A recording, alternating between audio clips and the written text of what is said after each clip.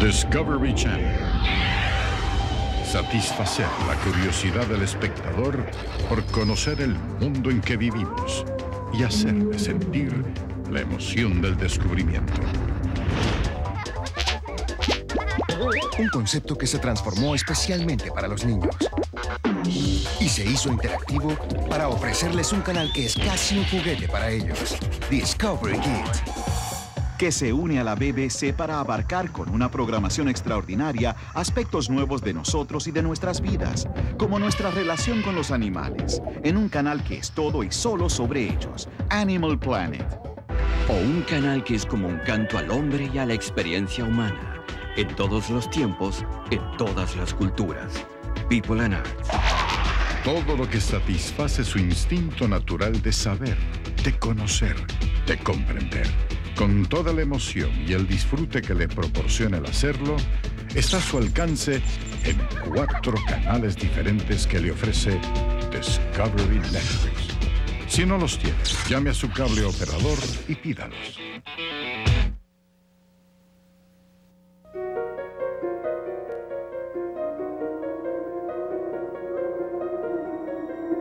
Hace 400 años, un hombre murió en la hoguera. El mito de siglos del hombre lobo lo había condenado a muerte.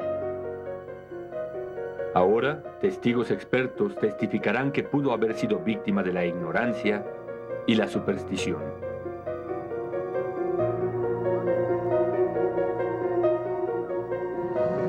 El hombre lobo, mito y ciencia.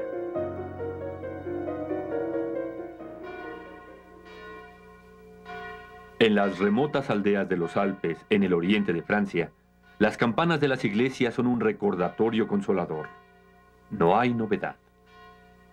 Pero hace 4 siglos, las campanas tañían de modo ominoso. En 1573, el terror acechaba la región.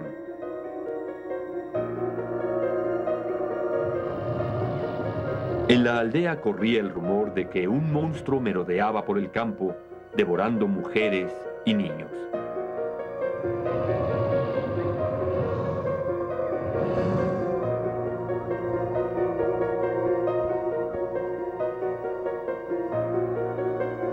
Tres aldeanos que sorprendieron a la bestia juraron que tenía las facciones de Gilles Garnier.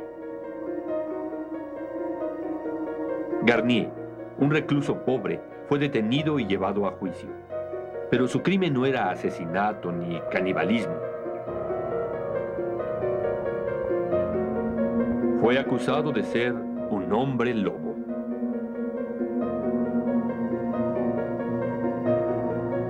Un lobo carnívoro disfrazado de humano. Es una parábola del mal desde el principio de los tiempos. Pero Hollywood volvería a inventar el mito para transformar al hombre en hombre lobo. Siempre que haya luna llena, reza el mito, nuestro demonio interior nos domina. Es provocado por un brebaje mágico o por una maldición y nos empieza a crecer pelo de lobo y un deseo de matar.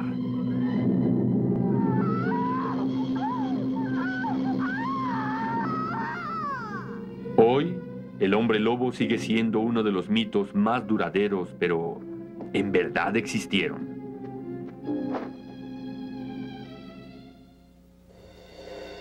Los antiguos libros relatan miles de casos reales. Este contiene la historia del hombre lobo más notorio del siglo XVI, Gilles Garnier. En ella, sus acusadores atestiguan que vieron a un hombre lobo.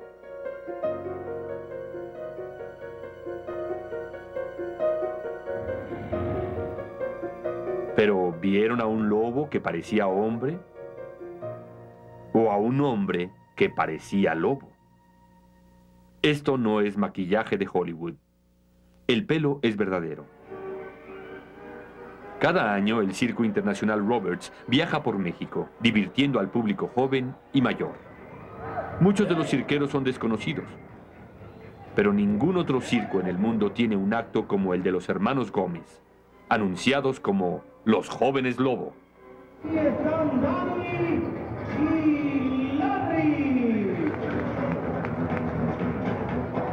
pienso que tengo 18 años con el vello, yo pienso que me he puesto a pensar muy bien en esto.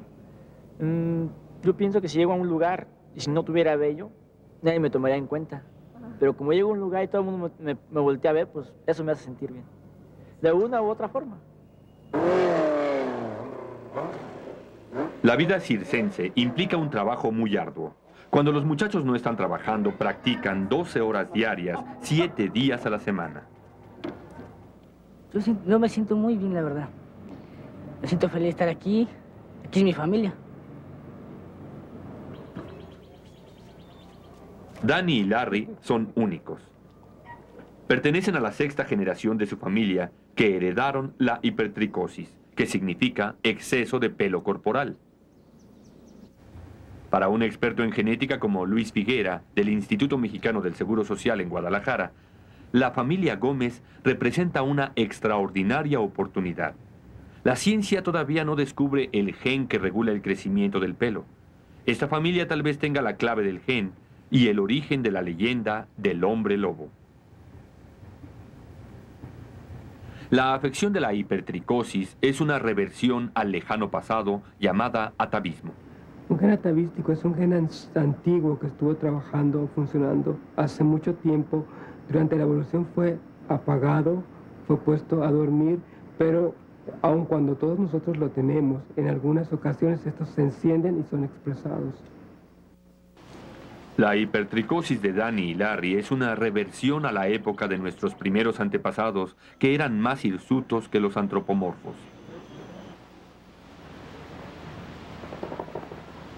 Tenemos tantos folículos pilosos como nuestro pariente más cercano, el chimpancé. Nuestro vello corporal es más corto y más delgado. Los científicos creen que durante el curso de evolución, el gen de pelo más grueso se apagó.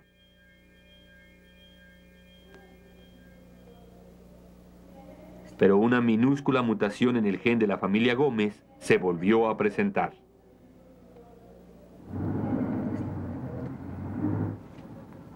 Luis Figuera tiene una misión. La oportunidad de la vida de encontrar ese gen. Pero debe convencer a la familia de Danny y Larry de donar su sangre.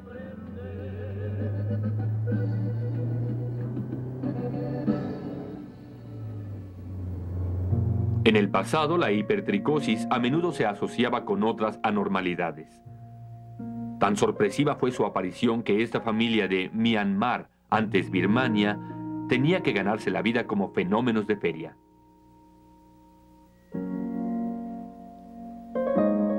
Los retratos de las paredes del castillo Ambras en Austria documentan uno de los casos más antiguos. Petrus González nació en las Islas Canarias en 1556. Casó con una mujer que era perfectamente normal, pero los registros indican que todos sus hijos heredaron sus facciones de lobo.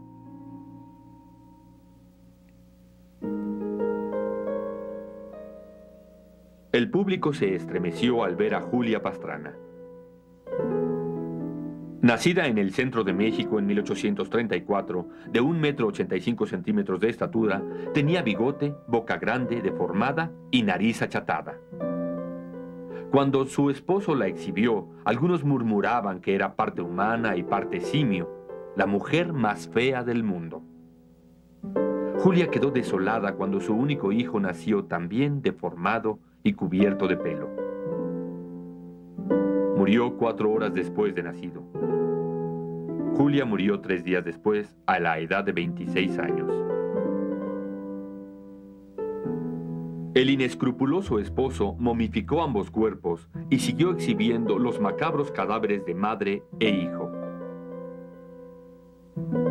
Porque la hipertricosis va de generación en generación dentro de las familias, sus orígenes están claramente en los genes.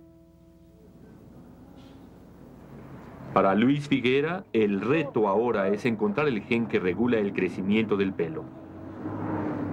El hogar de la familia Gómez es el pequeño pueblo de Loreto, en el centro de México, cerca de las laderas de la Sierra Madre.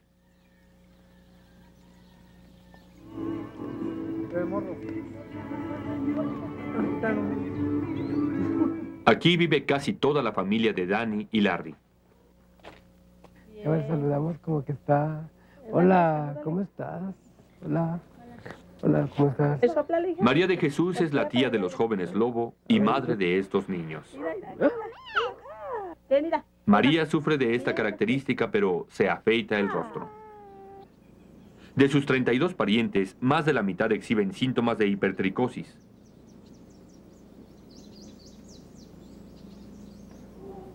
Los hombres la padecen más severamente. Diles adiós, diles adiós, diles adiós. En las mujeres aparece en manchas. ¿Qué es el de Beto? Mira. Localizar el gen será una tarea monumental. Aquí. ¿Tú? ¿Sopla? Sopla. Dentro del núcleo de una célula humana hay 23 pares de cromosomas. Cada uno es un paquete enroscado de ADN. Codificados en este ADN hay casi 100.000 genes. Todas las instrucciones necesarias para hacer un ser humano. Figuera empieza creando un árbol genealógico. Las mujeres afectadas por hipertricosis son los círculos oscuros. Los hombres, los cuadros oscuros. Los miembros de la familia no afectados se representan con círculos y cuadros claros. Este cuadro representa al tío de Danny y Larry. Tiene hipertricosis, pero se afeitó el rostro para conseguir empleo. Cuando dejó de afeitarse, encontró solamente empleo en el circo como hombre lobo. Este círculo representa a Lilia, de 4 años, prima de Danny y Larry. Lilia tiene rastros de pilosidad severa en la frente. A diferencia de casos anteriores, las mujeres afectadas transmiten el mal tanto a sus hijos como a sus hijas. Los hombres afectados lo transmiten solo a las hijas, que quiere decir que la afección se relaciona con el cromosoma X. Las mujeres tienen 2 cromosomas X, los hombres un X y un Y. María de Jesús tiene un X normal y uno que lleva el gen hipertricosis. El padre de sus hijos tiene cromosomas X y Y normales. Los hijos de María tienen un 50% de riesgo de heredar el gen mutante. Se lo transmitió a Lilia y a Arlena. Arlena exhibe síntomas en el nacimiento del pelo y en el cuello. Con 5 meses de embarazo, no sabe si le ha transmitido la afección a su hijo por nacer. Ella es Lilia, de 14 años. Está severamente afectada. Su hermano Luis y su hermana Lupita recibieron el X normal de la madre. No heredaron el gen. Pero la nieta de María, Carla, nació con la afección. Danny y Larry tienen un cromosoma X anormal y un Y normal.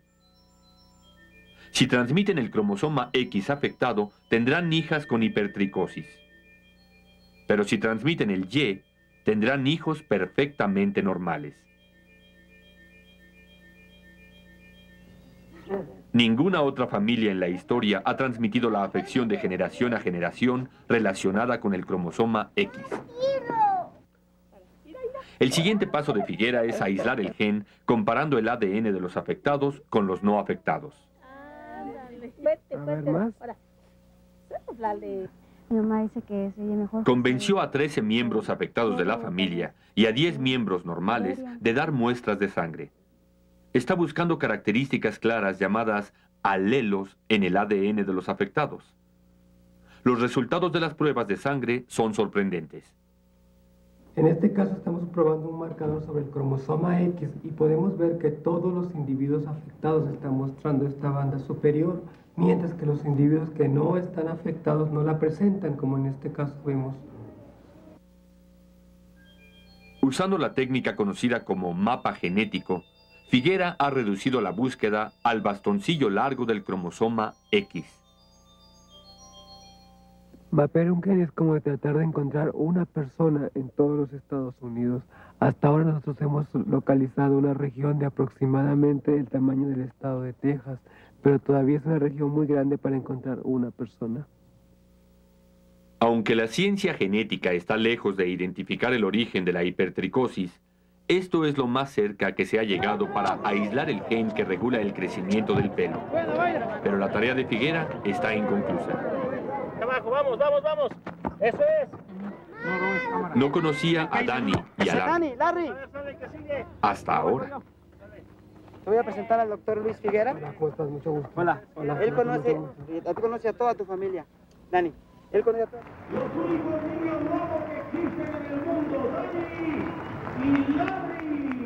Por haber salido de Loreto cuando eran pequeños, no eran parte del estudio original. Hoy ha venido a pedirle sangre, lo que, espera, lo acercará un poco más a su cometido. Es el árbol genealógico de la familia. En este caso, este es tu abuelita, Danny y Larry María aceptaron Jesús. ayudar, Esta aunque es no hay ni tía María tratamiento Jesús, ni remedio esta para sería tu ellos. mamá. Sus espíritus tranquilos nos recuerda que las leyes a menudo nacen de cosas que no se Aquí entienden. tenemos es su mamá y aquí están Larry y Danny. Bueno, muchachos, ya me tengo que ir. Mucho gusto. En otra época y lugar, Danny y Larry hubieran sido señalados como hombres lobo. Pero Luis Figuera utiliza conocimientos y compasión en su defensa. Mucho y nos vemos. Nos vemos, que le vaya bien.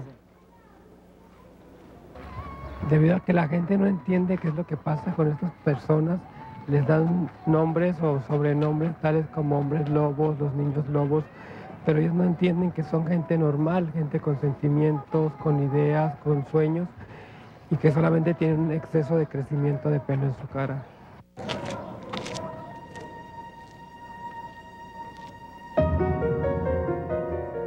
Hace 400 años, las pruebas de la pilosidad en los juicios a hombres lobo eran vagas y poco claras. Pero escritos anotan un extraño encuentro que transformó a Gilles Garnier en hombre lobo.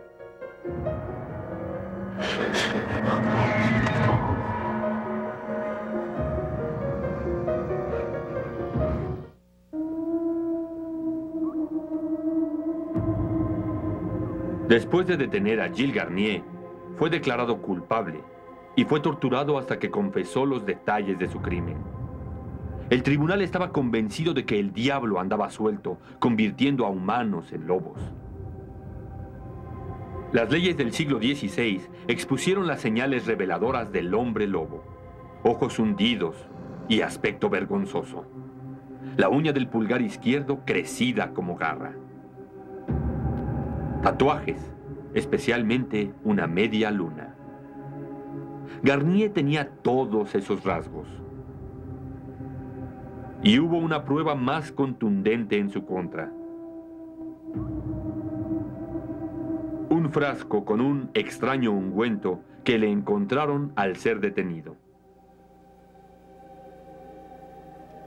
En su declaración, Garnier dijo que hizo un pacto con un espíritu maligno que había encontrado en el bosque. El espíritu le dio una poción mágica para que se la untara en el cuerpo.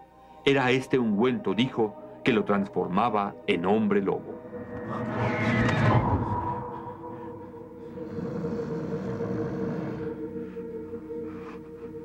No se sabe a quién vio en el bosque ni por qué.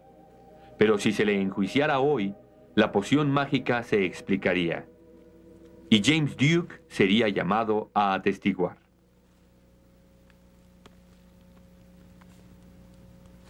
Duke tiene una teoría. Garnier tal vez enfermó y buscó a un brujo para que lo curara. Al parecer, en ese entonces no tenían verdaderos médicos. Y un brujo era alguien que con experiencia conocía los poderes curativos de las plantas. Duke es experto cuando se trata del poder curativo de las plantas. No es brujo, pero conoce cómo son los brujos. Como botánico en el Departamento de Agricultura de los Estados Unidos de Norteamérica, durante casi 3 décadas viajó por el mundo, aprendiendo los secretos de los curanderos y brujos, algo que ha cambiado poco en 400 años.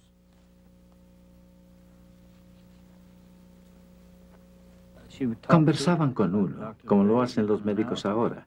Hacían un análisis y después de saber cuál era el mal, iban por algunas hierbas secas o iban al bosque a cortarlas. Sabían qué hierba hacía qué.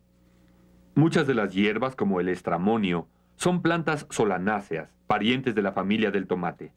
Pero son más que ligeramente curativas. También contienen sustancias alucinógenas llamadas belladonina o alcaloides de belladona. A altas dosis, estas sustancias pueden producir arritmias, delirio, sueños eróticos y otro síntoma más siniestro. Si se aplica el estramonio, la mezcla que el curandero ha preparado, puede causar alucinaciones. Y entre las alucinaciones posibles, uno se puede imaginar que es lobo o imaginar que está uno poseído por el demonio. En verdad sí queda uno como poseído del demonio, ya que el curandero ha recetado algo que cambia o altera la mente.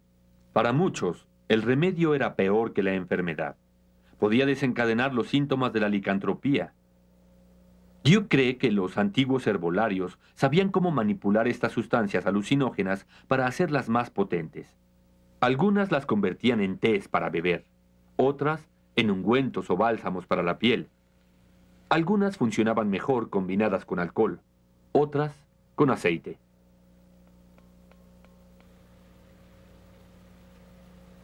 Empezando con cera de abejas, Duke recreó la receta de 400 años del bálsamo misterioso para la licantropía de Garnier.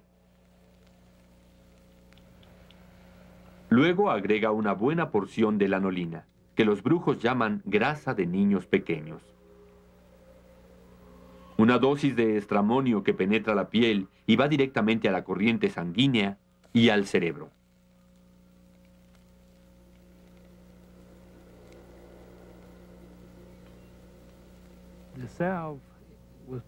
El bálsamo se ponía en la piel porque tomado oralmente sabía mal y a veces causaba náuseas. Así que untarlo en la piel le daba oportunidad de entrar por ahí y a veces llegaba más rápido a la corriente sanguínea. No había náuseas ni vómito y a veces los efectos secundarios eran más rápidos. Lo que los brujos no podían controlar era el impacto de sus brebajes en la psiquis de sus pacientes. La sensación de convertirse en un monstruo que podría violar, matar y canibalizar a un niño podría ser una espantosa experiencia inducida por la droga.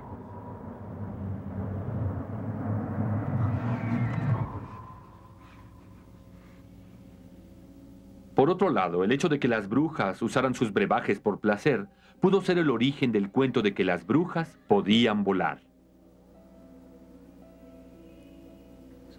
Algunos disfrutan sus alucinaciones, pueden sentir que vuelan y cuando salen de la alucinación, algunos recuerdan cómo la disfrutaron. En otras palabras, tenían un buen viaje y después de regresar del viaje podrían querer repetir ese viaje. Para muchos es casi como una reunión espiritual.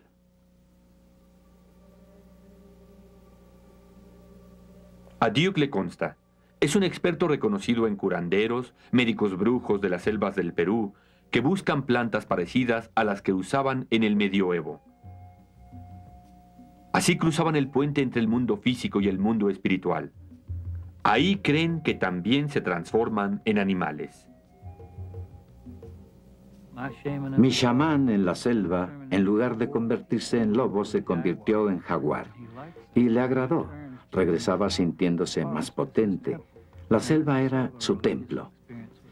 Y era una experiencia religiosa para él. Era una comunión con los dioses. Por confesión propia, el hombre lobo Gilles Garnier declaró que no estaba comulgando con su dios. El ungüento mágico lo había convertido en animal, con sed de sangre. Si se tuvo un mal viaje, se podría culpar a la persona que recetó la medicina. Si la experiencia resultaba desagradable, se le podría acusar de arruinar o de convertir a uno en lobo. En otras palabras, el curandero había hecho daño y se podría considerar como espíritu maligno o demonio, y se podría condenar a muerte si se jugaban bien las cartas. Garnier culpó al espíritu maligno, pero el tribunal se rehusó a absolverlo de toda responsabilidad. Aunque su demonio interior fuera un simple efecto del medicamento, lo declararon culpable. ¿Lo era? 4 siglos después, un testigo se presentaría para atestiguar que los hombres lobo como Gilles Garnier tal vez no fueron autores de los espantosos hechos, sino prisioneros de sus propias mentes.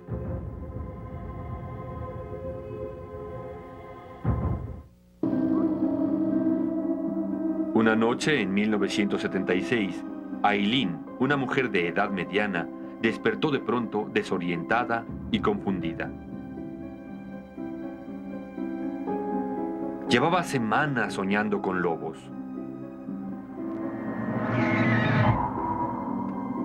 Ahora se convertía en uno. Garras, colmillos y pelo le brotaban del cuerpo.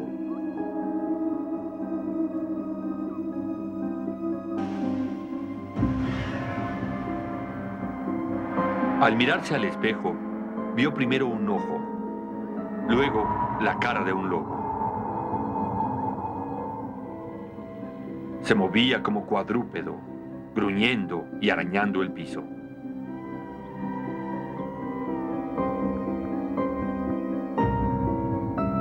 Y por primera vez en su vida, sintió el deseo abrumador de matar. Aileen fue hospitalizada para una observación psiquiátrica. Durante su estadía, confesó abiertamente que era mujer lobo de día y loba de noche.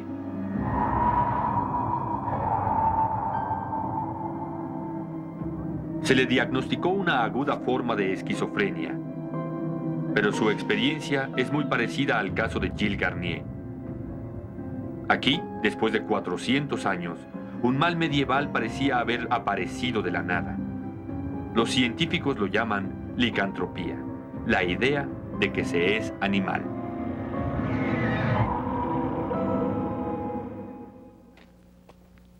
El mismo año en que el libro de texto de psiquiatría moderna declaró extinta la afección, Harrison Pope, el psiquiatra en jefe del Hospital McLean de Massachusetts, conoció a su primer hombre lobo.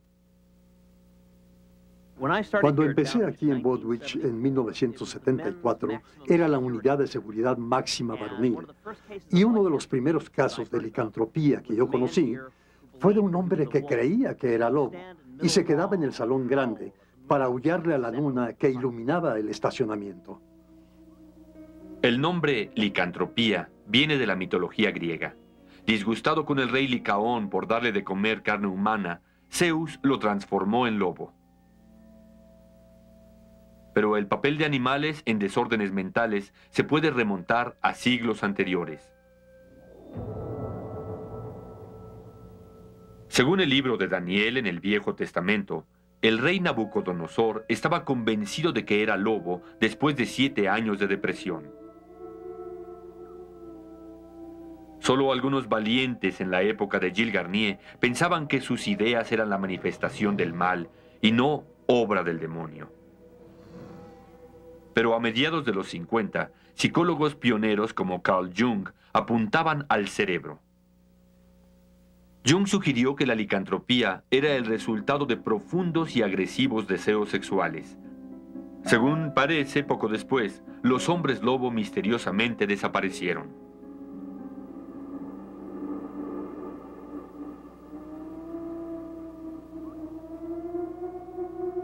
Intrigado por la posibilidad de que aún existieran, Pope y sus colegas decidieron investigar los antiguos expedientes del hospital de pacientes que pudieron haber exhibido síntomas de licantropía. Las historias clínicas de 5.000 pacientes con psicosis severas fueron revisadas remontándose a 1977. De estas, 12 eran de candidatos para la licantropía. Entre los pacientes que vimos en el hospital, algunos ladraban, otros gruñían o se arrastraban, adoptaban poses salvajes, se acostaban en el suelo o debajo de la cama. Pero había otros que no mostraban síntomas visibles, pero que después nos dijeron que habían creído que eran animales en el momento de la psicosis aguda. De todos los pacientes que creían que se convertían en animales, la mayoría imaginaba que eran lobos.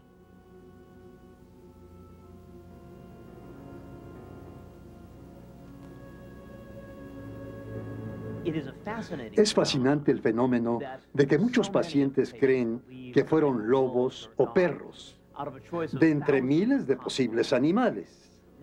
Lo que haya en el cerebro humano que hace que la gente elija esta idea en particular, no lo sabemos. Los 12 pacientes no compartían males fisiológicos ni anormalidades, pero revelaron un amplio rango de problemas psicológicos, desde la esquizofrenia a desórdenes de personalidad. Para Pope significaba una cosa, que los orígenes de la licantropía podrían estar en alguna parte del cableado del cerebro.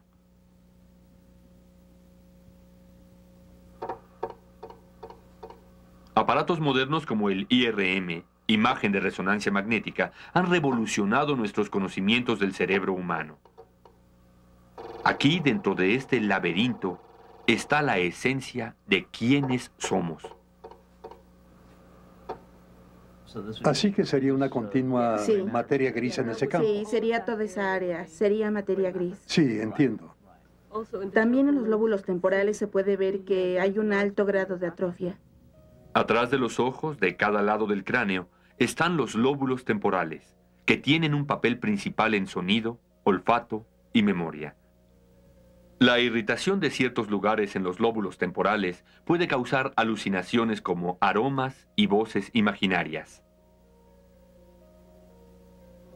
Si el cerebro está lesionado de algún modo, o si se nace con alguna anormalidad congénita en la forma que tiene el cerebro, entonces todas las interconexiones complejas entre los diferentes lugares del cerebro se pueden afectar.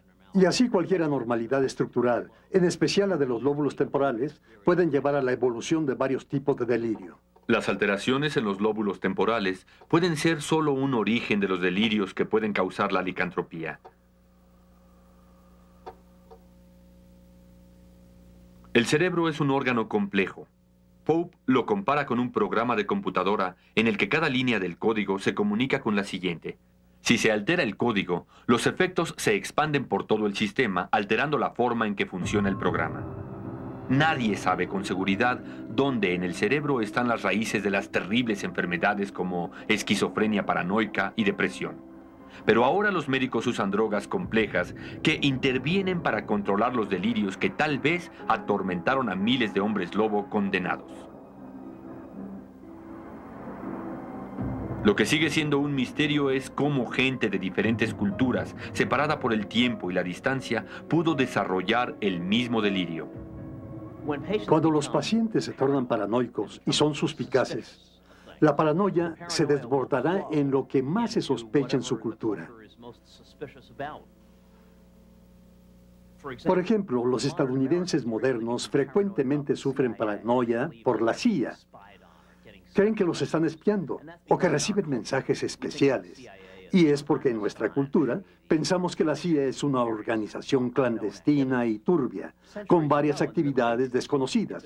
Hace siglos, en la Edad Media, de haber una creencia generalizada en hombres lobo y mitos similares, uno esperaría que muchos pacientes con síntomas psicóticos tomarían esa dirección al formar sus delirios. Según su estado físico en el momento de los homicidios, Gilles Garnier pudo haber sufrido de licantropía. Pero incluso en la Edad Media, esta afección era rara. Aún así, no estaba solo. Los documentos registran miles de casos similares. Atrás de cada sombra, en cada aldea, había un hombre lobo. ¿Podría enloquecer todo un pueblo?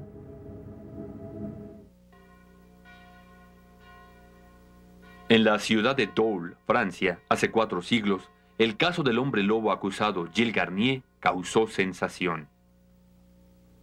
Cada día, al conocerse más sórdidos detalles de su crimen, la indignación se convirtió en obsesión.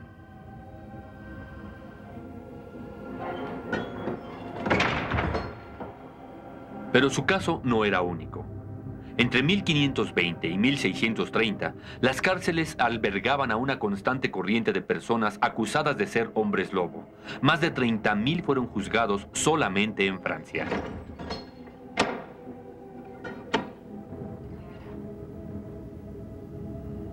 La mayoría eran los marginados pobres de la sociedad. Negaban ser hombres lobo, pero los jueces utilizaban la tortura para que confesaran. Garnier y otros se rindieron después de quedar destrozados y ser doblegados. Cuando llegaba el veredicto, el perdón se concedía en forma de ejecución.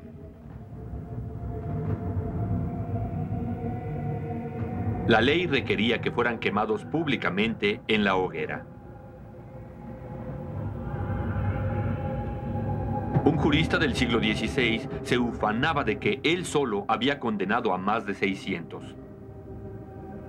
Pero los hombres lobo no eran los únicos blancos. Enseguida hubo una cacería de brujas. Decenas de miles fueron acusados de brujería y corrieron la misma suerte que los hombres lobo. En la actualidad ya no son condenados a muerte. Eso forma parte de la supersticiosa Edad Media.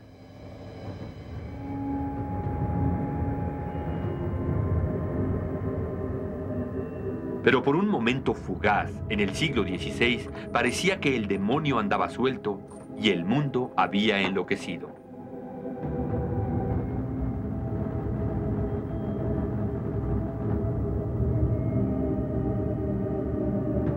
¿Qué pudo fraguar tal red de histeria en masa? Mary Matossian, de la Universidad de Maryland, cree que puede ser tan sencillo como un caso de pan echado a perder. Es experta en las cacerías de brujas que azotaron a las colonias británicas a fines del siglo XVII y notó una sorprendente similitud con la epidemia de juicios a hombres lobo en Europa. Matossian se dedicó a buscar algo en común. En un mapa de Europa destacaba un rasgo en particular. Los juicios a brujos y a hombres lobo solían ocurrir en tierras bajas, particularmente por debajo de los 160 metros del nivel del mar. Y vemos estas áreas que son verdes en el mapa. Ahí está el Valle del Ródano y aquí el Valle del Rin, por ejemplo. Aquí arriba, esta área verdosa se llama el Distrito Nord, en Francia. Esta es otra área con muchas acusaciones de brujería. No ocurrieron en Escandinavia, donde los veranos eran fríos o frescos. Y no ocurrieron en los países del Mediterráneo, donde la primavera era seca. Durante meses, Matossian recopiló información de Europa en el siglo XVI. Patrones de clima, cosechas, dietas y estructura social. A la larga, empezó a emerger un patrón. Los juicios a hombres lobo ocurrían durante o después de períodos de frío extremo, en las regiones aquí vistas en azul, donde el centeno era el alimento básico. Los puntos son sitios de juicios a hombres lobo. Cuando comparamos las zonas donde crecía el centeno con lugares donde eran comunes los juicios a brujos y hombres lobo, podemos ver que se traslapan en un grado asombroso.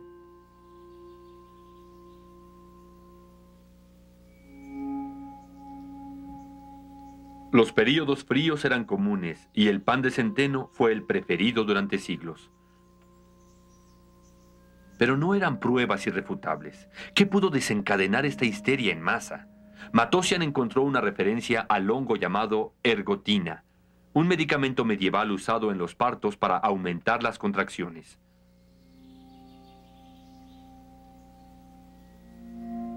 El hongo infecta al centeno cuando el invierno es en extremo frío.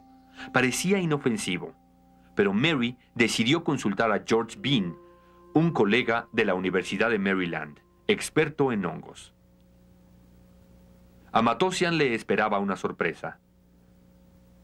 Bean reveló que la ergotina es un potente alucinógeno. ¿Dónde estoy?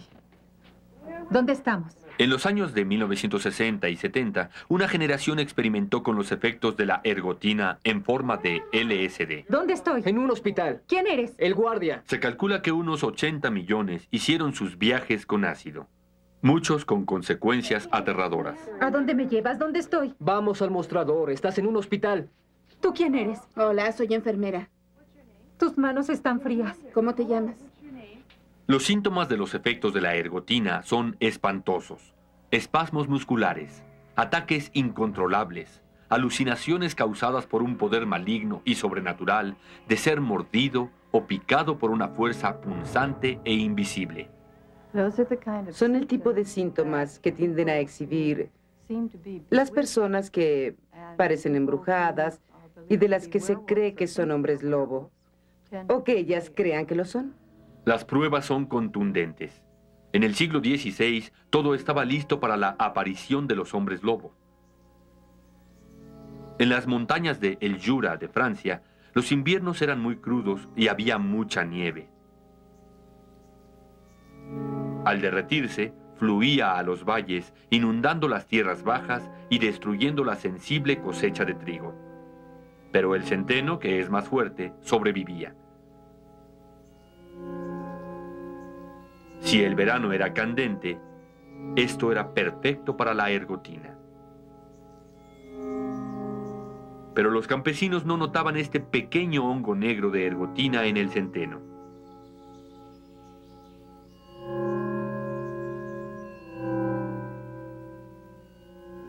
La ergotina no se presenta sino hasta que se cosecha el centeno, y por eso cumplieron con el trabajo y molieron el centeno, para hacerlo harina para pan, sin darse cuenta de que ahí estaba el hongo de la ergotina, y de haberlo visto no habría importado, porque el horneo del pan no afecta a los niveles de toxina que estén presentes.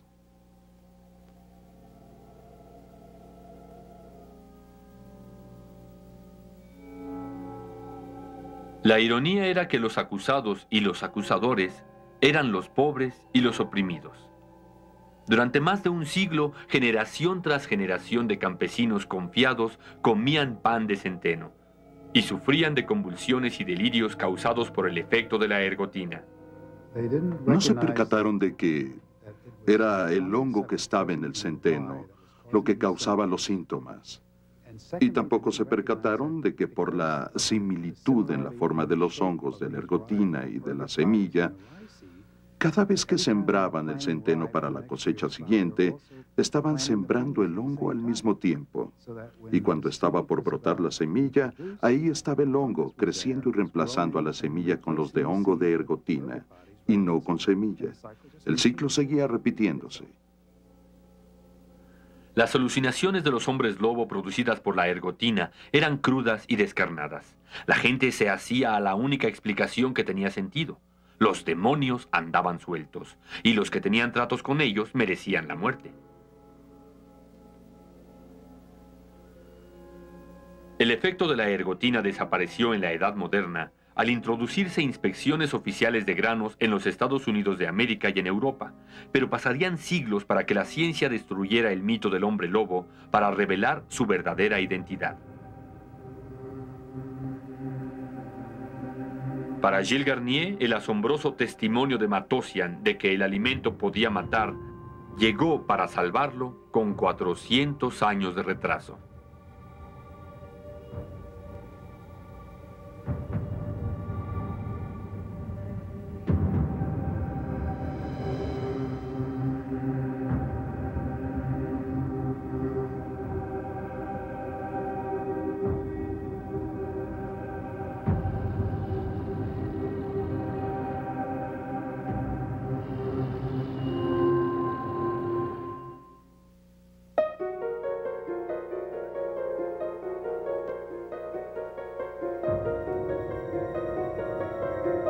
Hoy, en lo más lejano de la cordillera de Jura, la gente de Francia sigue obsesionada con los fantasmas de los hombres lobo.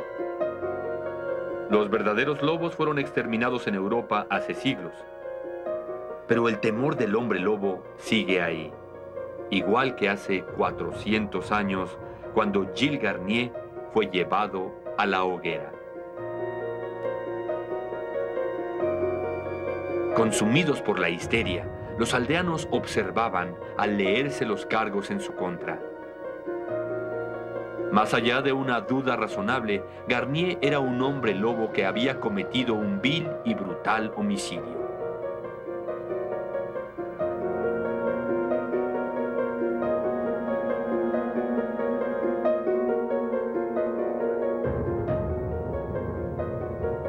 Fue condenado por el poder del mito y sentenciado a muerte.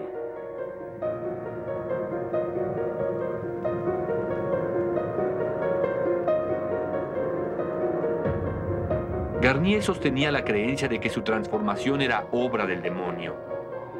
Pero poderosas fuerzas invisibles que no tienen explicación a menudo se atribuyen a lo sobrenatural. Hoy, la vida de Garnier y de miles como él se habrían salvado con testimonios expertos de la ciencia moderna. Pudo haber sido drogado. Los brebajes tóxicos siguen hirviendo a fuego lento en las calderas del folclore antiguo.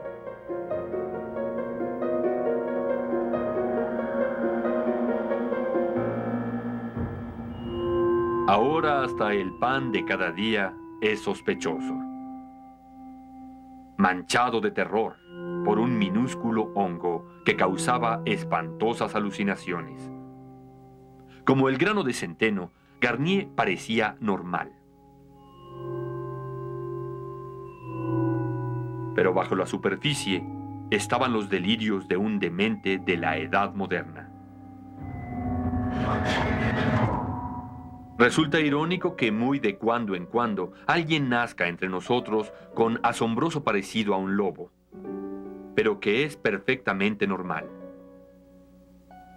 Su único crimen, un extraño error en un complejo código genético. Gilles Garnier pudo ser víctima de la herencia. Nunca estaremos seguros qué transformó a Gilles Garnier en hombre lobo, pero la leyenda del hombre lobo perdura.